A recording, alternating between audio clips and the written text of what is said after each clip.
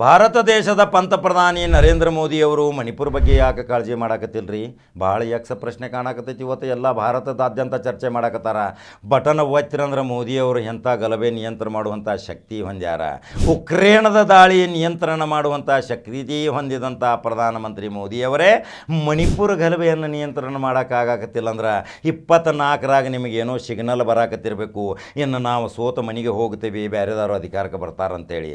ಅದರ ಸಲುವಾಗಿ ನೀವು ನೇರವಾಗಿ ಇವತ್ತು ಭಾರತೀಯ ಜನತಾ ಪಕ್ಷದ ಅಜೆಂಡಾ ಮುಖಾಂತರ 300 ಸೀಟು ಬರುವುದಿಲ್ಲ ಅಂಥೇಳಿ 30 ಪಕ್ಷಗಳನ್ನು ಇವತ್ತು ಘಟಬಂಧನ ನಡೆಸಾಕತ್ತೀರಿ. ಆ ಘಟಬಂಧನ ನಡೆಸಿದ್ರೆ ನಿಮಗೆ ಫಲಕಾರಿ ಆಗಕತ್ತೈತಿ, ನಿಮ್ಮ ಸೋಲು ಖಚಿತ ಅಂತ ಗೊತ್ತಾಗಕತ್ತೈತಿ ರೀ. ಯಾಕಂದ್ರೆ ನೀವು ನೇರವಾಗಿ ಭಾರತೀಯ ಜನತಾ ಪಕ್ಷದಿಂದ ನೀವು ಸರ್ಕಾರ ರಚನೆ ಮಾಡುವ ಸಲುವಾಗಿ ಯಾವ ರೀತಿ ನೀವು ಹಳೆಯನ್ನ 2-3 ಸಾರಿ ನೀವು ಅಧಿಕಾರಕ್ಕೆ ಬರುವ ಸಲುವಾಗಿ ಪ್ರಚಾರ ಮಾಡಿದಿರಿ. ಇವತ್ತು 30 ಪಕ್ಷಗಳನ್ನು ಹೊಂದಾಣಿಕೆ ಮಾಡಿಕೊಂಡು ಇವತ್ತು ಘಟಬಂಧನ ಮಾಡುವ ಸಲುವಾಗಿ ಹೊಂಟೇರಿ. ಇದು ನಿಮ್ಮ ಸೋಲಿನ ಹತಾಶೆಯ ಭಾವನೆಯೇ. ಏನಾಗೈತೆ ಮಣಿಪುರದಾಗ ನೋಡ್ರಿ, ಹೋಗಿ ಎಷ್ಟು ಅತ್ಯಾಚಾರ, ಅನ್ಯಾಯ, ಬತ್ತಲೆ ಮೆರವಣಿಗೆಗಳು, ಹೆಣ್ಣು ಮಕ್ಕಳನ್ನು ಬತ್ತಲೆ ಬಟ್ಟೆ ಇಲ್ಲದಂಥ ಅಲ್ಲಿ ಎಂತಿಂಥ ಮಿಷನರಿಗಳ ಮೇಲೆ ಹಲ್ಲೆ, ಜನಜೀವನ ಅಸ್ತವ್ಯಸ್ತ, ಆಹಾಕಾರ, ಏನು ನೈಜ ಘಟನೆ ಐತಿ. ಆರೋಪ ಪ್ರತ್ಯಾರೋಪಗಳನ್ನು ಮಾಡುವುದನ್ನು ಬಿಟ್ಟು ನೇರವಾಗಿ ನಿಮ್ಮ ಮಿಲಿಟರಿ ಕಳಿಸ್ರಿ, ನಿಯಂತ್ರಣ ಮಾಡಿರಿ, ಮಣಿಪುರ ಬಚಾವ್ ಮಾಡಿರಿ. ಅಲ್ಲಿ ಯಾರು ಏನು ತಪ್ಪು ಮಾಡಿದ್ದಾರೆ ಅವರಿಗೆ ಶಿಕ್ಷೆ ಕೊಡ್ರಿ. ಅದರ ಬಗ್ಗೆ ಆರೋಪ ಪ್ರತ್ಯಾರೋಪ ಡಿಬೇಟ್ಗಳನ್ನು ಕೇಳುವ ಮುಖಾಂತರ ಕೆಲವರು ಅಲ್ಲಿ ಪರವಾಗಿದಾರ, ಕೆಲವರು ವಿರೋಧಗಳದಾರ. ಇದರಲ್ಲಿ ಕಾಲಹರಣ ಮಾಡುವುದಕ್ಕಿಂತ ನೇರವಾಗಿ ಮಣಿಪುರಕ್ಕೆ ಹೋಗ್ರಿ. ವಿದೇಶ ಪ್ರವಾಸದ ನಿಮ್ಮ ಮೊಟಕಗೊಳಿಸಿ ವಿದೇಶದಲ್ಲಿ ಮಿಂಚೋದನ್ನು ಬಿಟ್ಟು ನಿಮ್ಮ ದೇಶದ ಮಣಿಪುರದಾಗ ಮಿಂಚ್ರಿ ನರೇಂದ್ರ ಮೋದಿ ಸಾಹೇಬ್ರ.